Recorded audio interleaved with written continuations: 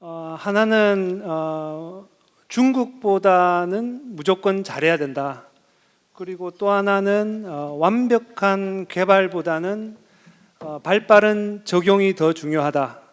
그리고 마지막으로는 조선뿐만 아니라 기자재도 중요하다. 이 세 가지 키워드가 제가 말씀드리고자 하는 내용입니다. 아이모 같은 경우에 지금까지 주로 규제해왔던 것이 선박에서 바다로 투기되는 오염 물질에 대한 규제였다면 2000년경부터는 선박에서 발생하는 이제 대기 오염 물질에 대한 규제를 강화해오고 있습니다. 대표적인 것들이 이제 질소산화물과 황산화물을 이제 예로 들 수 있습니다. 그 질소산화물 같은 경우에는 2016년부터 건조되는 선박에 대해서 이미 3단계 감축 기준을 적용하고 있고요. 황산화물 같은 경우에는 선박 연료유의 항함유량을 2020년부터 0.5%, 아까 저기 이정기 회장님께서 계사에서 말씀하셨던 설파캡 2020 이것이 이제 적용되게 돼 있습니다. 특히 이제 중국 같은 경우에는 국제 기준과는 다르게 내년부터 자기네들이 정한 3개 지역이 있습니다. 바레만, 양쯔강, 주강 이쪽 해역에 들어갈 때부터 0.5%를 조기 적용하고 2020년부터는 전 항만에서 0.1%를 적용하게끔 이렇게 규정을 강화할 계획으로 되어 있습니다. 이러한 주변 여건에 따라서 우리 해양수산부에서는 해운 업체나 또는 조선 기자재 업체들이 좀 경쟁력을 갖고 운항할 수 있는 여러 가지 정책들을 시행을 하고 있습니다. 예를 들자면 이제 노후 선박을 친환경 선박으로 대체할 경우에 재정 지원을 한다든가, 또 LNG 선박에 대한 공공 선박, 그러니까 우리 청항선을 이제 조기 발주하는 이런 것에 대한 예산 지원들을 해오고 있습니다. 또한 LNG 벙커링 설비라든가 주요 핵심 설비에 대한 기술 투자 이런 부분들에 대한 R&D 사업들도 추진을 해오고 있습니다. 항만공사와는 부산은 그린포트 정책의 추진으로 미세먼지 제로화 사업을 적극 추진하기로 그렇게 내용이 협력되어 있는데요. 부둔의 하역 이송 장비 LNG와 또 전기 등 연료 전환을 통해서 배출가스를 저감하고, 또 육상 전원 공급 장치를 조속히 설치하고, 또 이런 걸 통해서 항만 내 선박의 배출가스를 감소시키는 게 주된 어떤 내용이 되겠습니다.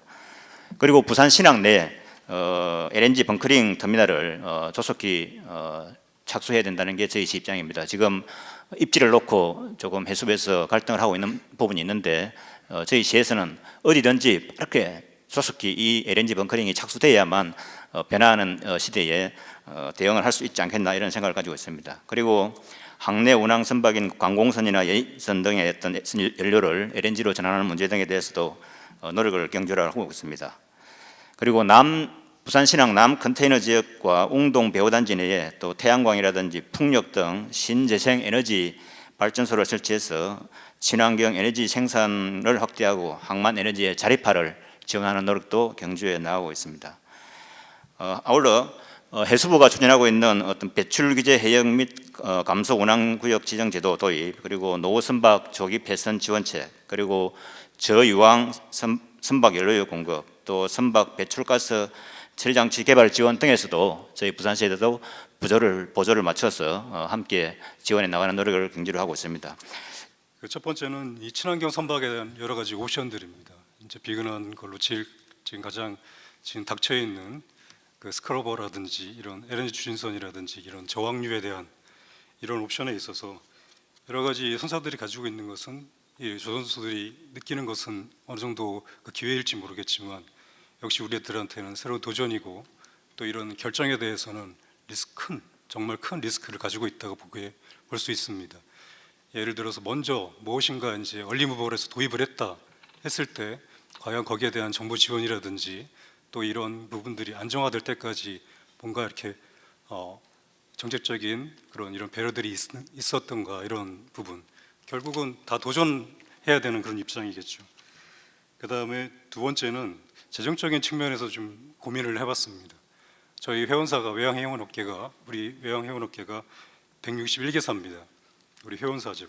그 중에서 자체 신용등급으로 이 재정 지원을 정부의 지원을 아니면 시중은행의 지원을 받을 수 있는 회사는 한 20개 정도밖에 안 될 겁니다. 그리고 우리 진흥공사가 생겨가지고 다행히 더 많은 이제 보증이라든지 후순위 대출, 후순위 보증이라든지 이런 부분이 있을 텐데요. 그렇다 하더라도 아마 한 3분의 1 정도 이 정도 지원되지 않을까. 그럼 나머지 100개사 정도 되는 이런 회사들은 과연 또 어떻게 이 친환경 선박에 또는 친환경 기술에 대한 그 준비를 할 수 있을 것인가 의문이 들어갑니다. 예를 들어서 중국 같은 경우에는 지금 정부 차원에서 상당한 재정 지원을 하고 이런 부분들이 있죠.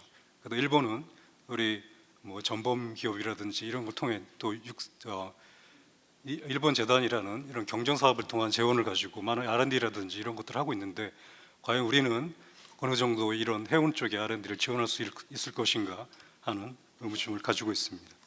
세 번째는 핵심 기술에 대한 부분입니다. 우리 자율운항 선박에 대한 기술은 어떻게 보면은 아직 그 선박용이 안 됐다 뿐이지 다 기술이 있다고 봅니다.